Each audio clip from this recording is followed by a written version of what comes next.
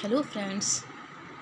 आज मैं आप लोगों के लिए एक नई टॉपिक लेकर के आई हूँ जिनका नाम है शब्द निर्माण मीन्स वर्ड फॉर्मेशन। इसे हम वर्ड फॉर्मेशन भी कहते हैं और शब्द निर्माण भी कहते हैं। शब्द का निर्माण कैसे होता है? तो शब्द का निर्माण जो है उपसर्ग और प्रत्यय से होता है। तो आज मैं आप लोगों को सबसे पहले उपसर्ग के बारे में बताने जा रही हूँ। उपसर्ग को हम इंग्लिश में प्रीफिक्स भी कहते हैं। जैसे आप लोग चित्र में देख रहे होंगे, एक जगह आप लोगों का जैसे दिया हुआ है आदर। एक बच्चा जो है अपने से बड़ों का आदर कर रहा है और एक बच्चा जो है वह अनादर कर रहा है। दूसरे चित्र में आप देखेंगे वन और ठीक उसके बगल में उपवन। तो इन शब्दों को देखकर आप पता लगा सकते हैं कि यह उपसर्ग है, प्रीफिक्स शब्द है। रंगीन शब्दांशों यानी अन तथा उप, ये दो शब्द जो है, इन दोनों शब्द से जुड़ जाने से मूल शब्दों यानी आदर तथा वन के अर्थ में परिवर्तन आ गया है।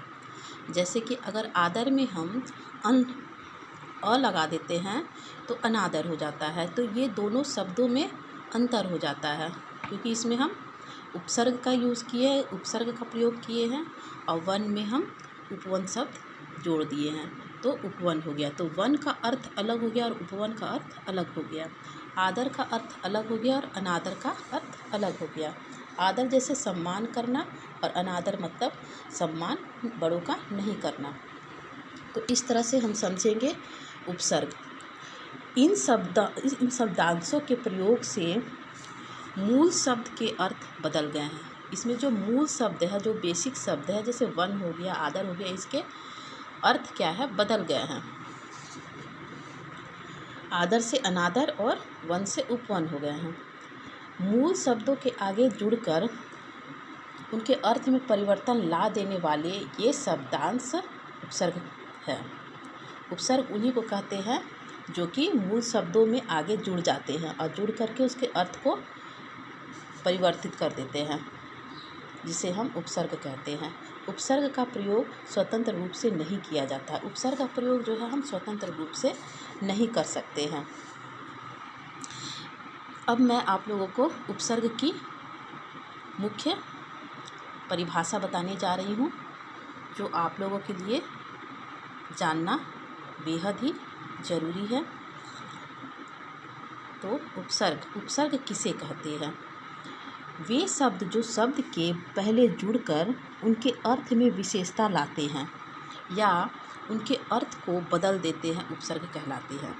मतलब कि एक अलग ही विशेषता आ गया और उसके अर्थ को वह बदल दिया। जब यह उपसर्ग जुड़ जाते हैं किसी शब्द के साथ, यानी कि जैसे कि, और यह शब्द जो है वह शब्द के पहले जुड़ते हैं, उसे हम उपसर्ग कहेंगे। और अगर यही शब्द बाद में जुड़ जाएंगे किसी शब्द के तो वह प्रत्यय कहलाएंगे। लेकिन वह मैं आप लोगों को इसके बाद में पढ़ाने वाली हूँ प्रत्यय। पहले हम उपसर्ग पर ध्यान देते हैं।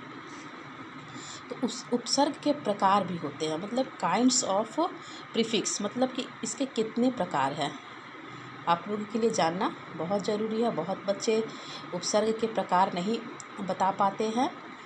वह जैसे संस्कृत में पढ़ते हैं तो संस्कृत में ही बोल पाते हैं, तो हिंदी में ही बोल पाते हैं। लेकिन इसके 4 प्रकार होते हैं।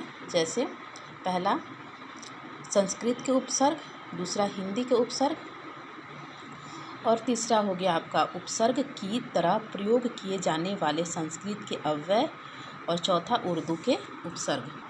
यह रहे उपसर्ग के कुछ उदाहरण, जिन्हें मैं आज आप लोगों को पढ़कर बताऊंगी।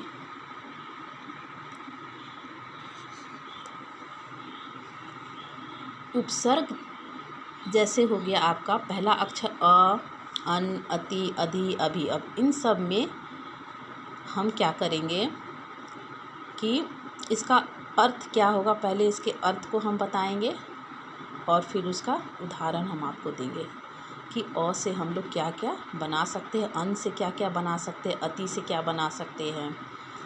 तो ये सब हम आपको उदाहरण बताएंगे। जैसे अ से अभाव, अखंड, अभाव हो गया। उदाहरण के लिए आपका अखंड, अनाथ, अज्ञान, अधर्म, अचल। फिर अन, अन मीन्स होता है, इसका अर्थ हो गया नहीं। एक अ हो गया आपका नहीं और अभाव, एक अन का मतलब हो गया नहीं और अभाव। तो इसका उदाहरण हम यह दे सकते हैं, इसका अर्थ तो हो गया नहीं और अभाव, तो इसका उदाहरण यह हो जाएगा अनाचार, अनादि, अनेक, अनादर, अनुपस्थिति, अति।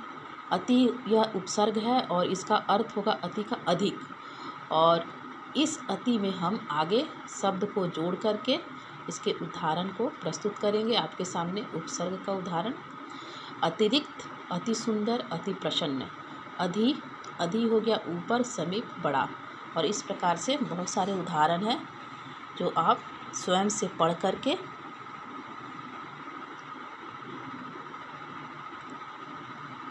इन उपसर्ग शब्दों का प्रयोग कर सकते हैं। और मैं नेक्स्ट वीडियो में प्रत्यय लेकर आऊँगी। तब तक के लिए मैं आज्ञा चाहती हूँ। धन्यवाद।